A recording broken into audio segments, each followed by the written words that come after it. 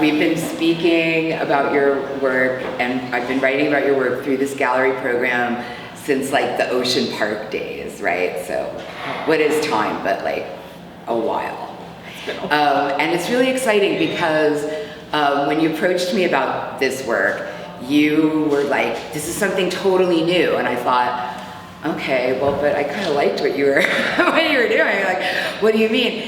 And it became apparent to me that it both is and is not totally new. In other words, you're still very much engaged with the way you work, and there are important reasons that you physically work the way you do, like the way the paint makes it to the canvas, and all of that stuff hasn't really changed. But that other things have changed within this work that I would almost say are more interior shifts, even though the subject matter is still kind of the landscape and the atmospheres, as it has long been, light, space, atmosphere, sense of place. But that the orientation of this work is more interior to your sort of psychic landscape, if you will, or even spiritual. You're not supposed to say that, but here we are. So I said it, it's being filmed. Okay, spiritual. So that I found surprising and really interesting. You're like, it's all changed, I can't wait to show you and talk to you about it. And then I thought, these are gorgeous, and I would know your work anywhere. What do you mean changed?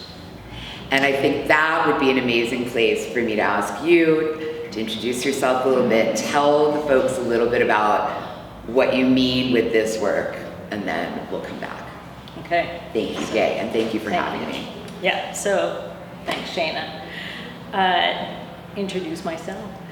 I'm Gay Summer Rick. I'm Gay Summer Rick. I'm a painter based in Los Angeles, California. Painter based in Los Angeles.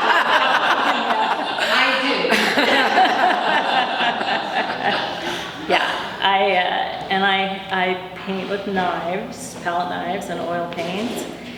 I have been an artist my whole life, first working in ceramic art and handling clay-like paint, and now I work in paint and handle paint like clay. So, I like that. When I called Shana, I said, oh my gosh, I have to tell you what's going on. And so I told her my story, and here's my story. So for the last few years, we have, we've had a rough go. We being humanity. All of us, yeah. right? Okay. Yeah. And I'll get to that. So I consume a lot of information. So not only am I like a science geek, but I am a news geek, and I have to constantly consume information. So I'm listening to the BBC and NPR, and reading the New York Times and articles from The Atlantic and Politico, and like constantly consuming news and information. And I started thinking, okay, the last few years have been really rough. Not just for us here in the United States, but no matter where you sit around the world. We have all had our own challenges, no matter who you are, what you do. Can you speak up a little, just because it's echoing around? Yes, okay, yes. Project. Okay, I will project. Thank you. So, thank you. So, I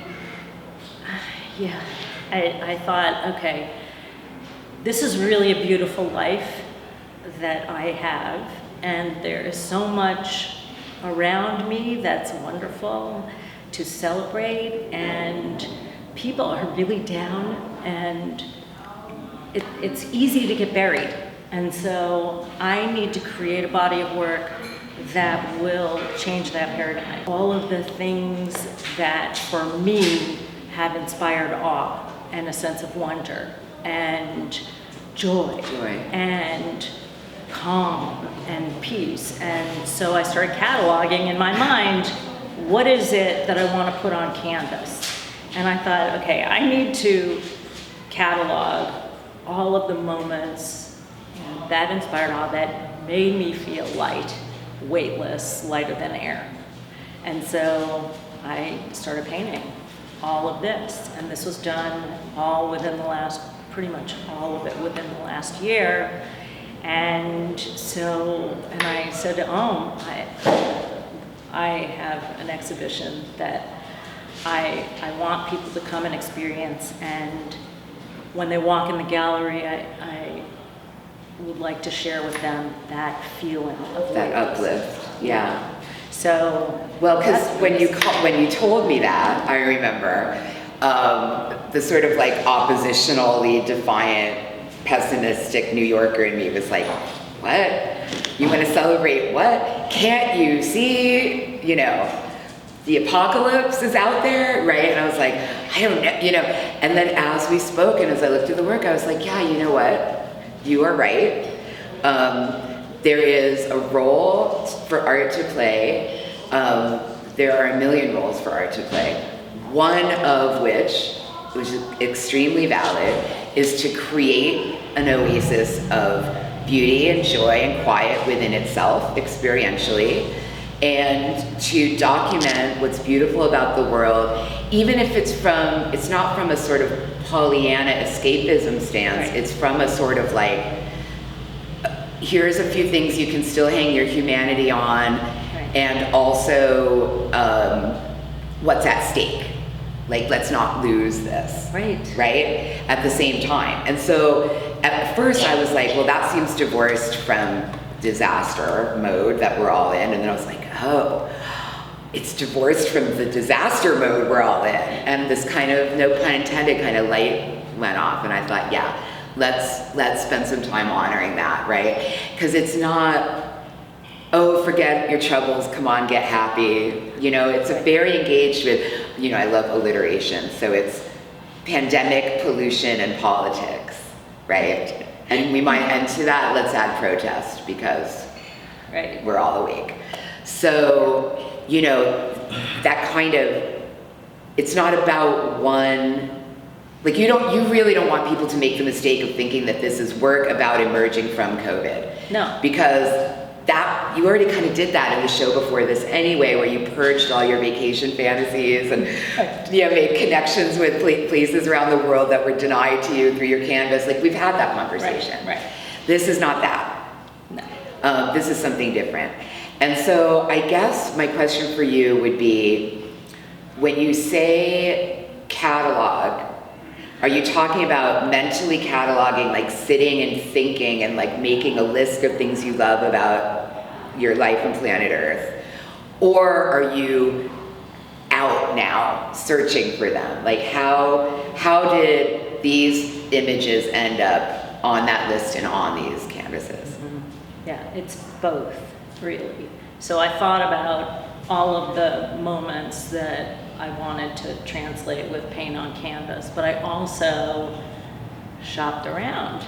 Like, take a walk out on the pier and watch these surfers in between the waves, just on and about their boards, everybody doing something different.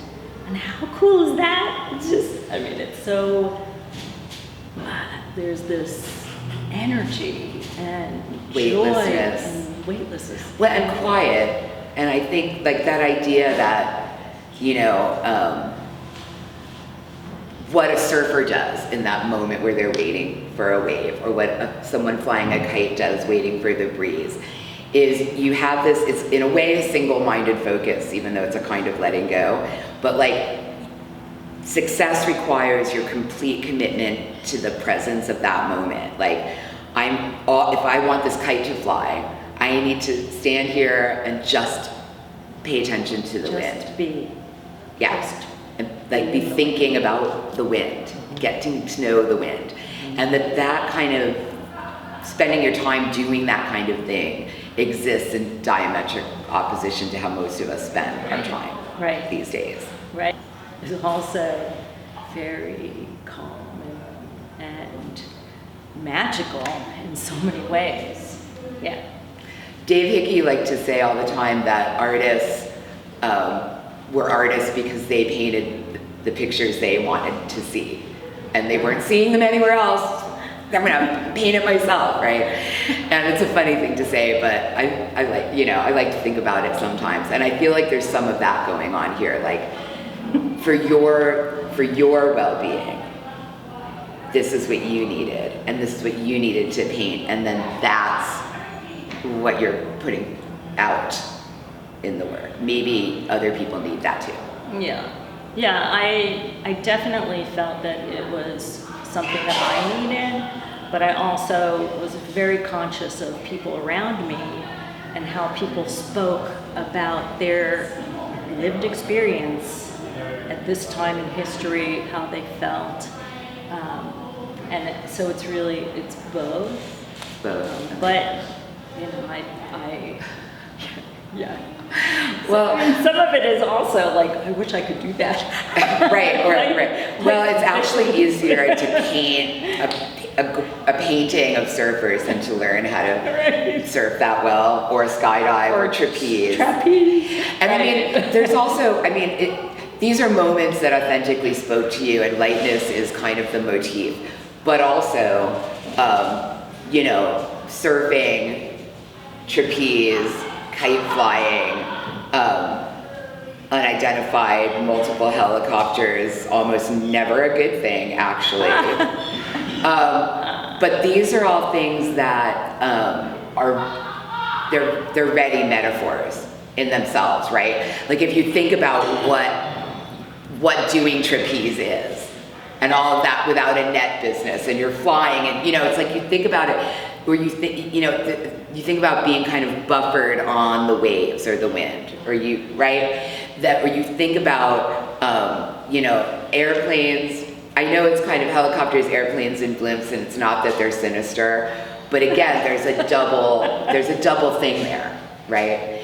And okay. I'm just letting you know, as someone who lives downtown, that 3 helicopters is never good. Oh, well, I live near the fire camp, and they're always playing. No, stop. Okay, so there is some positive with the helicopters. Well, no, but yeah. They're right now in that painting. Yeah. They're enjoying the view off the coast and just hovering above the trees. Okay, that's adorable. See, and that's it's better. Gorgeous. I like the noise of helicopters. I'm just saying they often signal, but you never know. That's true. But but the idea is like, that kind of it's not because you have those kinds of vehicles and people taking those kinds of actions. It's more than a landscape, and that what they're doing has the ability to have meaning beyond simply that which you observed. Although being present in the observation is so important to the work. That's what I was trying to kind of like triangulate a little bit. Is like, I can't look at a trapeze artist and not think about the, analogies dimension of that, right? Emotionally and all that stuff. That's me. It's just me. It could just be me. Have you projecting. ever? Of course I haven't. Are you serious? What do you think? I wouldn't know. Oh my God.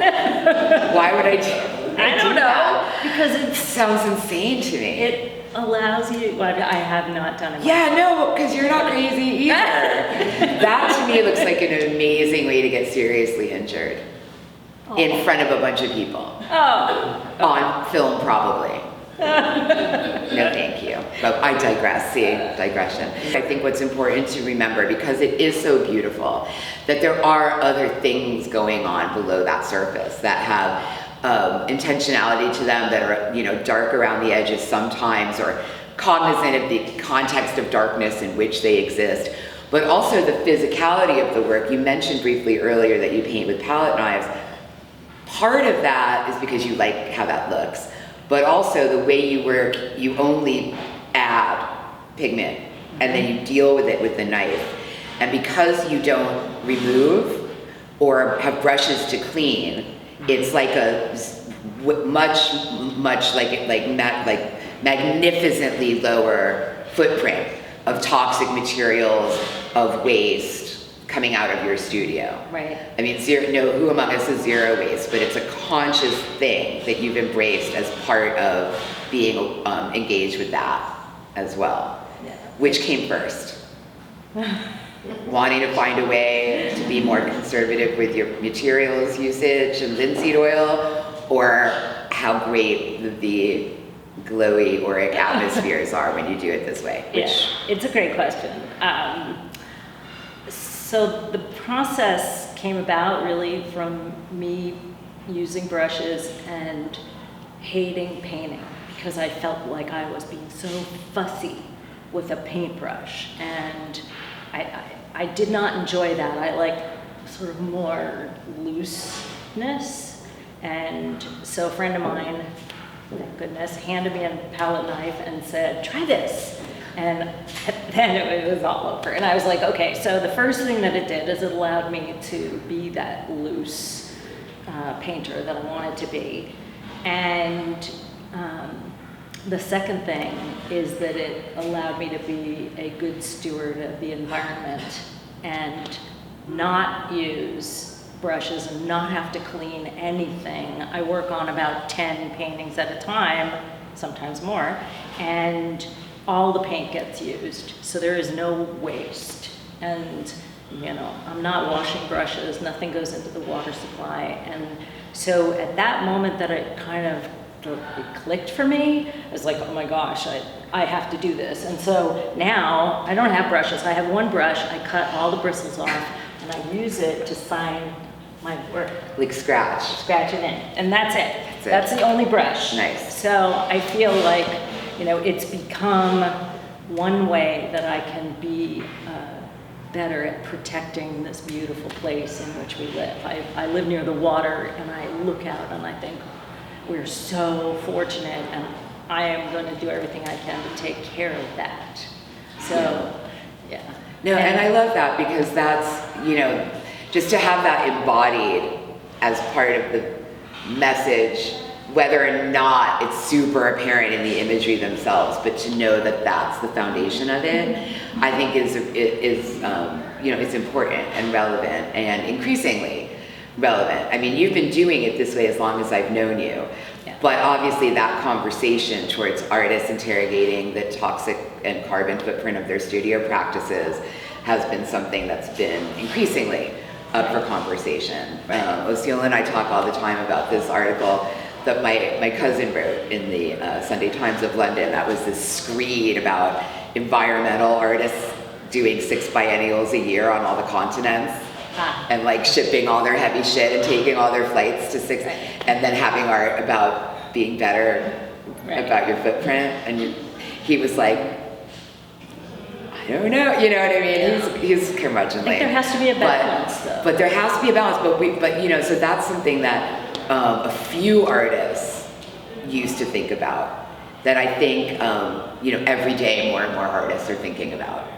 And so I think it's always worth honoring that part of what you do as something that is not only an aesthetic method, but that also has like real embodied meaning to you in terms of your relationship of love and adoration towards the natural world, that you're sort of practicing that preaching yourself in the way you can. And I just want to make sure that we honor that because I think it's important. Yeah, it is really important. And the whole process, I mean, we talked about the knives, but the whole process you had mentioned, I don't remove, I just lay the paint on. So that's a metaphor too. Come on. The paint, but I know exactly where I'm going. Before I begin a painting, I know where I want to be, which is, some people think that sounds really odd, that you would sort of you go the way the painting is taking you. I take the painting the way where I want it to go. The layers of paint are laid on one layer at a time, and they have to dry. I have to pre-plan what I want to have underneath on the base layers so that when there's some visibility of the different colors through the layers, that I have the right vibration. So, like for instance, the pink painting in the back called Luster, which is surfers floating on and about their boards. The base colors are green. There's green in there and blue, and you don't see a lot of that when you look at it. Like from here, I look at it, I see pink, a very pink painting. But when you get closer, you feel that vibration with the green. It's like olive green. And so the green is behind. Yeah. And so when you look at an image like that and think, it's as though the figures are emerging from the atmosphere, the air. It's not as though. Because of the way you make them, that is quite literally what's happening. Yeah. Or the yellow auras around the palm trees here. That's actually going to be the ground. Yeah, exactly. Not drawing It's on not top, right on top. but coming from behind. And that's where that kind of almost illusion of like a radiance, kind of light box quality on low-key comes from, is because the lighter is actually coming from behind, Right. the darker, That's right. on the canvas. Yeah. Yeah, and somebody asked me before we started about why I chose certain colors as the first layer, and it really is about how I want to create that, how I want to illuminate the figures, but create this luminosity that comes through in the paintings. Yeah. See the very light coming intentional. through the darker, that's a metaphor too. That's what I mean. I remember, I'm like this, and I don't know, if anyone who's spent time with me in the last few months knows that my current obsession is the fact that every single thing is a metaphor, like everything's a metaphor, right? But it is, because what you just described is also very close to how you might describe the emotional state that you're going for in the work as well. Mm-hmm. And that place where those two things sit together is a very happy place for a writer about art to speak about, because they match so well. What you want to achieve and what you're depicting and how you get there are all the same. And I just think that's lovely. And so conscious. And that's why I'm making you like say all the secrets of how you work, is because I want to be really clear of how much of that's intentional. It's not just like, oh, I love that. It's like you're building it. It's all intentional, all of it, like every pat of the knife on the canvas, every veil of color. And it's, I think about what emotion I want to evoke in the viewer before I start even creating the painting. It's like, oh, I want people to feel this kind of, I want them to start laughing when they see, or I want them to feel this joy, or just calm, just simple calm or quiet, or it's about emotion first. Right. Yeah. Which I think is, to kind of get back to where we started, that this body of work is about emotion first, I think is the thing that makes it different. Because before, until now, it was this just very engaging conversation between phenomenology and material practice, right? And that yielded really appealing results. And then you would leverage that for more specific conversations, like in the travel, passport to the world, right? But in this case, that shift to the interior, I think it's not immediately obvious because your subject matter is consistent, but that the energy of the work does follow that shift. And which is why it's always great to do a talk, because it's like, you are right, you are seeing it, it is in there, this does feel different. And that's, that's kind of why. See, we've been talking for almost half an hour. What did I tell you? Right. You think, oh my God, what are we going to, and then boom, it's been 25, right? Yeah. Thanks, everybody. So good. Oh, no one has better questions than artists. It's so important that they come to these talks. Feel free to stick around and mingle and look at the show.